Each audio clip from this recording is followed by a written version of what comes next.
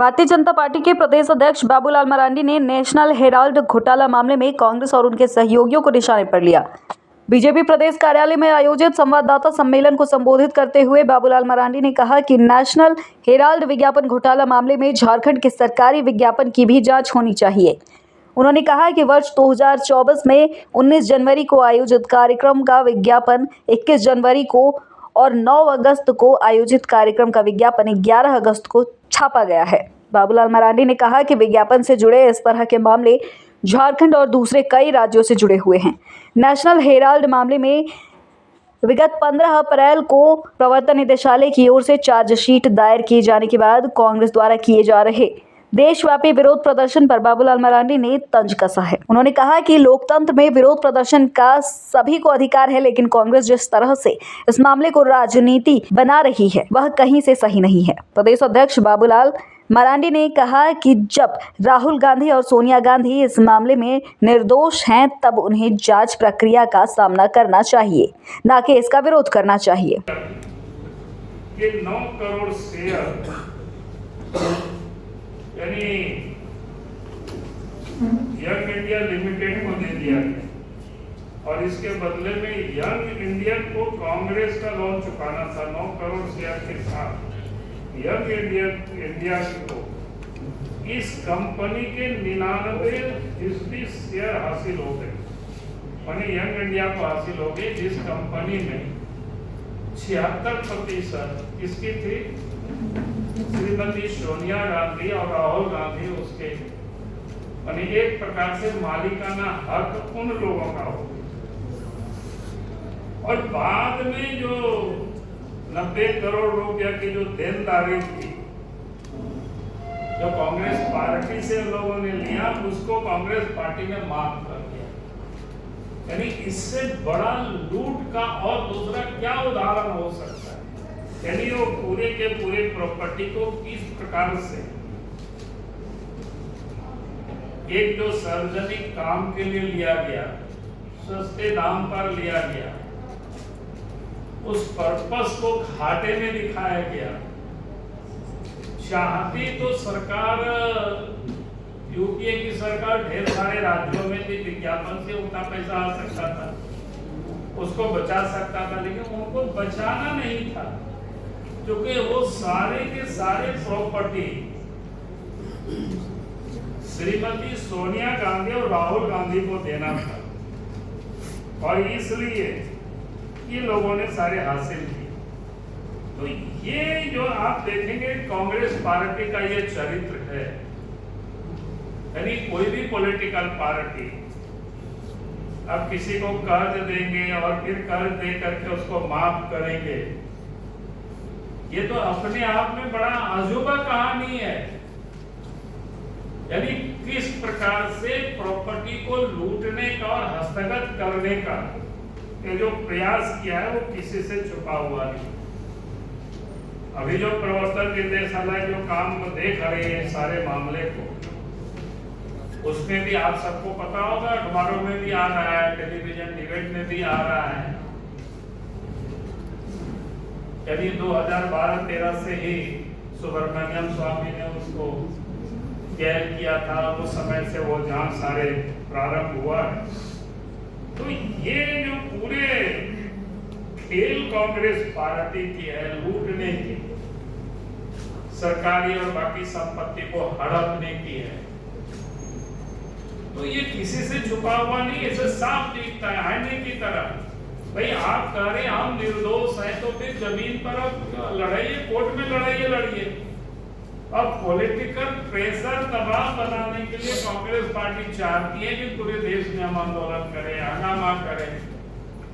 जैसे अभी आप देख रहे होंगे ना, क्या है अभी जो कानून बना है वक्फ बोर्ड का, वक्फ एक्ट जो बना है वो भी क्या है, यानी इस प्रकार से ये लोग लूटने और वो सारे लुटेरे लोग एक साथ मिल करके देश में हंगामा करो, आंदोलन करो। भाई आंदोलन करना तो हर किसी का राइट है, कोई उसको छीन नहीं सकता है, लेकिन आंदोलन ऐसा करो।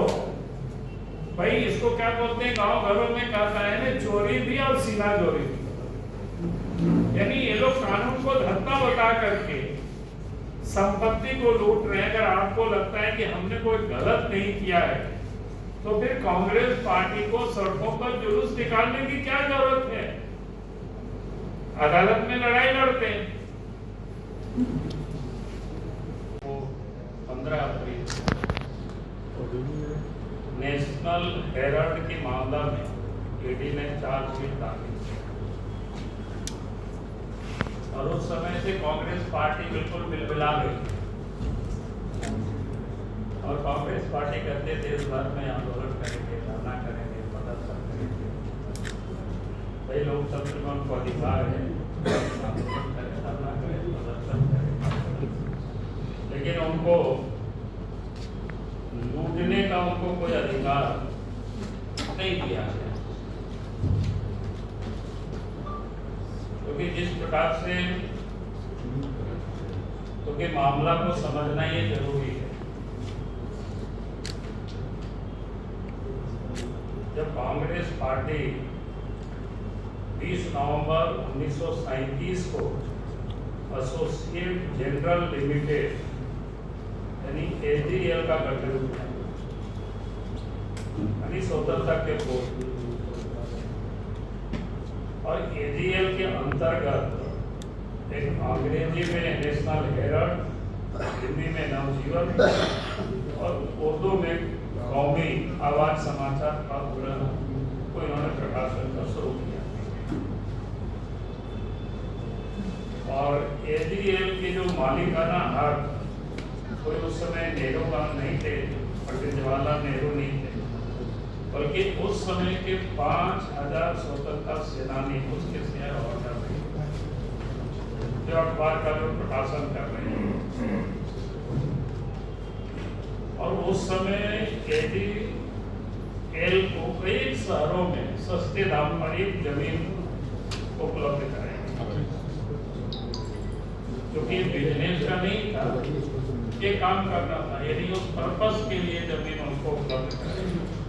1956 में एजीएल को गैर व्यवसायिक कंपनी के तौर पर स्थापित किया गया, जो कंपनी बनी है 1956 में, और कंपनी एक्ट की धारा 25 से मुक्त कर दिया गया।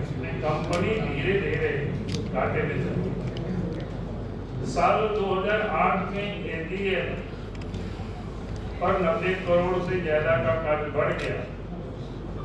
एजीएल ने फैसला किया कि अब समाचार पत्रों का प्रकाशन नहीं किया जाएगा, अखबारों का प्रकाशन उसको बंद किया गया इस प्रकार की, और प्रॉपर्टी के बिजनेस में कंपनी उतर जाती है। और फिर 2010 में सोनिया राहुल की एंट्री हो गया। एजीएल के 1057 शेयर धारक थे और उस समय हमें किसी वर्ष 5 लाख रुपया से कांग्रेस ने यंग इंडिया लिमिटेड कंपनी बनाई। ये समझने के विषय है कि 5 लाख रुपया में कांग्रेस ने यंग इंडिया लिमिटेड एक कंपनी बनाई,